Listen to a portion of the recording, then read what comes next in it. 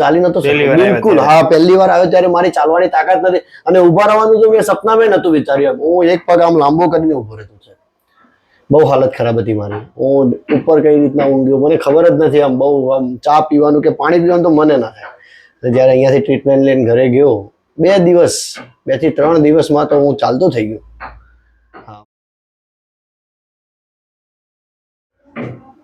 મિત્રો આપણી સાથે અત્યારે સરફરાઝભાઈ છે, જેઓને પણ ખૂબ જ કમરમાં તકલીફ હતી. તો આપણે પૂછે, પ્રભુજી આપ ક્યાંથી આવો છો અને આપણે શું તકલીફ હતી?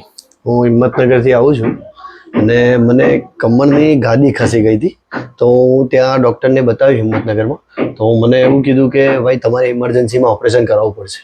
એટલે મને વિચાર આવ્યો ખરો ઓપરેશન આટલી ઉંમરે મને ના લાગ્યું એમ ના કરાવવું જોઈએ એમ. એટલે હું ઘરે આવ્યો ને પછી આરામ કરતો હતો ને વિડીયો જોયો તમારો કે સારું સ્પાઇન કેર ભાવનગરનો મેં વિડીયો જોયો અને જ્યારે તમારી બધી ટ્રીટમેન્ટ જોઈ ને સાહેબ ત્યારે મને એવું લાગ્યું કે ખરેખર અહીંયા મને કંઈક રિઝલ્ટ મળશે. એકવાર જવા દો એમ, પછી ઓપરેશન કરાવશું, પછી કોઈ ના છૂટકે લાસ્ટમાં તો ઓપરેશન છે જ આપણે પણ પછી મેં કીધું એકવાર જવા દો એમ. એકવાર આવ્યો, હું ચાલી નતો શકતો સાહેબ. ત્યાંથી અંદર આવ્યો ને હું ચાલી નતો શકતો બિલકુલ. હા, પહેલી વાર આવ્યો ત્યારે મારી ચાલવાની તાકાત નથી અને ઉભા રહેવાનું તો મેં સપનામાં નતું વિચાર્યું. હું એક પગ આમ લાંબો કરીને ઉભો રહેતો છે. બહુ હાલત ખરાબ હતી મારી. હું ઉપર કઈ રીતના ઊંઘ્યો મને ખબર જ નથી. આમ બહુ આમ ચા પીવાનું કે પાણી પીવાનું તો મને ના થાય. જયારે અહીંયાથી ટ્રીટમેન્ટ લઈને ઘરે ગયો 2 થી 3 દિવસમાં તો હું ચાલતો થઈ ગયો. હા, મને ત્યાં હતું કે હવે હું નોકરી કઈ રીતના કરીશ એમ. હું પોલીસ ડિપાર્ટમેન્ટમાં છું હિંમતનગર. મને એમ હતું કે હવે નોકરી કઈ રીતના થશે એમ. અને પછી જયારે 2 થી 3 દિવસ ગયા ત્યારે એમ થયું કે સાલું કંઈ થયું જ નથી એમ. આ નોર્મલ પેઇન થતું. પછી બીજી સિટિંગમાં આવ્યો ત્યારે તો એકદમ આરામ એમ. પછી એમ થયું કે ખરેખર કુદરતે બનાવે છે માણસ એમ સાહેબ. અને દવા વગર સાહેબ, બિલકુલ દવા વગર એમ. કોઈ રૂપિયાની કોઈ ઇન્જેક્શન નહીં, કોઈ દવા નહીં. આપણે આ બોન સેટિંગ થી કરીએ. જી. આપણી જે સેન્ટરનું નામ છે spine care bone setting centre.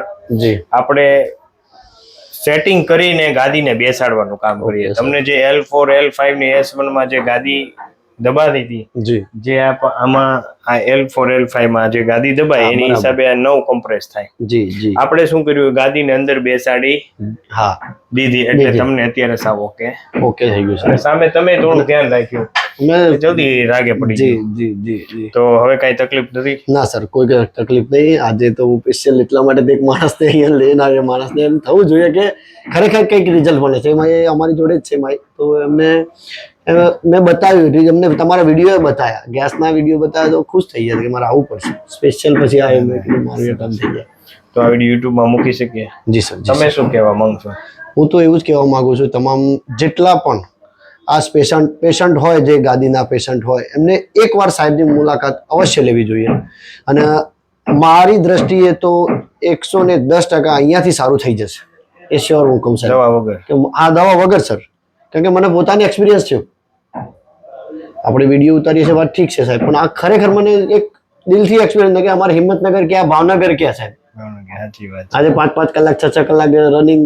આજે હું ગાડી જાતે ચલાવીને આવ્યો. એ તો મને ગાડી ચલાવવાની પોઝિશન જ નથી, કારણ કે ક્લચ જ આ પગે દબાવવો પડે. અને આ પગે ક્લચ દબાવતા ટ્રાફિક નડે આ છે તે છે, કેટલી વાર ક્લચ દબાવવો પડે. છતાંય હું કમ્પ્લીટ ડ્રાઇવિંગ કરીને આવ્યો, મને કોઈ જગ્યાએ પેન થયું નથી.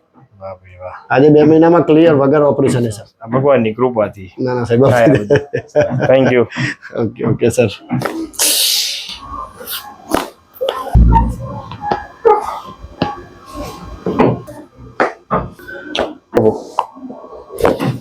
ઓકે.